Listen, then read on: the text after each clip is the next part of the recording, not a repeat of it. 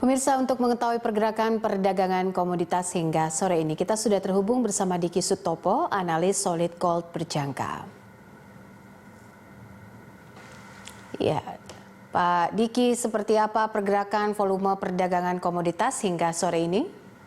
Ya, untuk sore hari ini perdagangan komoditas di JFX untuk sore hari ini yang paling volume perdagangan paling tinggi ada di komoditas emas atau di gold yang sebelumnya di volume 5.806 untuk volume perdagangan hari ini di 2.664 dengan kenaikan harga Rp900 per gram. Lalu disusul dengan kopi Arabica yang diperdagangkan untuk di hari ini ada kenaikan dari harga 58.150 satu hari perdagangan sebelumnya, sekarang di harga 59.250 dengan kenaikan volume transaksi dari 498 ke 536. Lalu disusul dengan all-in untuk hari ini ada settle position untuk di JFX sendiri sampai jam 2 tadi.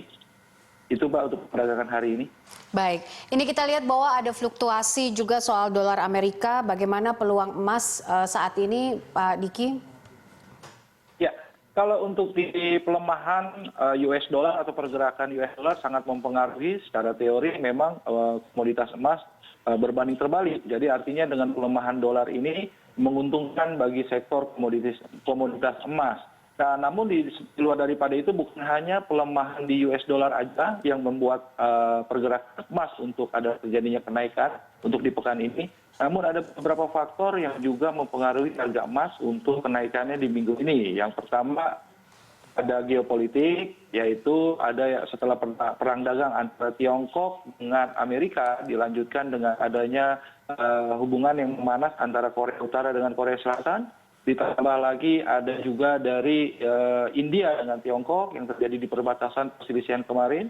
Lalu yang ketiga ada faktor pandemi COVID-19 yang memasuki gelombang kedua. Itu yang sangat mempengaruhi. Oke. Dan bagaimana dengan all-in perkembangannya hingga tengah tahun ini? Apakah permintaan nanti akan bergerak naik atau flat?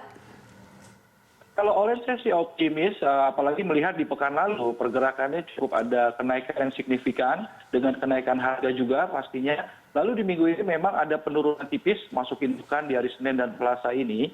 Tetapi secara global, secara umum saya lihat harga all-in masih tetap diminati untuk terus di harga tinggi atau uptrend ya. Kenapa? Ada juga dia mengacu kepada ekspor yang terjadi di komoditas all-in. Saya lihat ada 2 kali lipat lebih bahkan terjadi peningkatan tingkat ekspor ke India, ke Tiongkok, dan juga ke Eropa. Di samping itu juga kami melihat ada berangsur-angsur harga minyak dunia dengan ada terjadi kenaikan. Itu juga yang menyebabkan harga all-in walaupun ada penurunan sedikit, namun ke depannya saya optimis masih tetap bagus untuk diperdagangkan begitu. Baik, untuk esok apa yang harus dan bisa dicermati oleh investor, Pak Diki? Ya, untuk kalau besok ada beberapa hal yang harus di sektor perdagangan untuk besok. Yang pertama adalah ini lagi-lagi kekhawatiran terhadap isu pandemi COVID-19 yang memasuki gelombang kedua.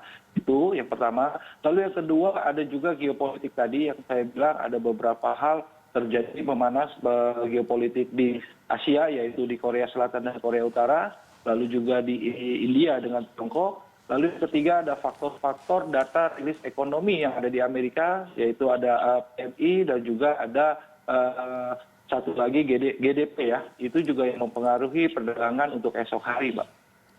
Baik, rekomendasi Anda seperti apa untuk komoditi untuk perkembangan perdagangan esok?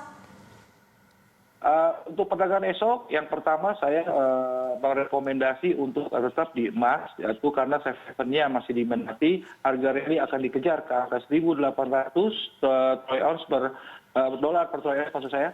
Lalu yang kedua kopi, karena di sini kita lihat ada kenaikan harga dan didorong dengan volume transaksi juga, itu juga saya lihat masih cukup bagus diperdagangkan untuk esok hari di kopi. Lalu yang ketiga di all-in, karena harganya masih tetap stabil. 3 komoditas itu. Oke, baik. Untuk rekomendasi hingga akhir tahun 2020 nanti, apa yang bisa direkomendasikan? Misalnya emas atau all-in atau komoditi apa lagi, Pak Diki? Kalau untuk sampai akhir tahun, tetap saya rekomendasi untuk komoditas emas karena emas secara global ini sudah terjadi satu semester ini sudah terjadi beberapa kali kenaikan yang cukup signifikan, artinya menembus harga baru.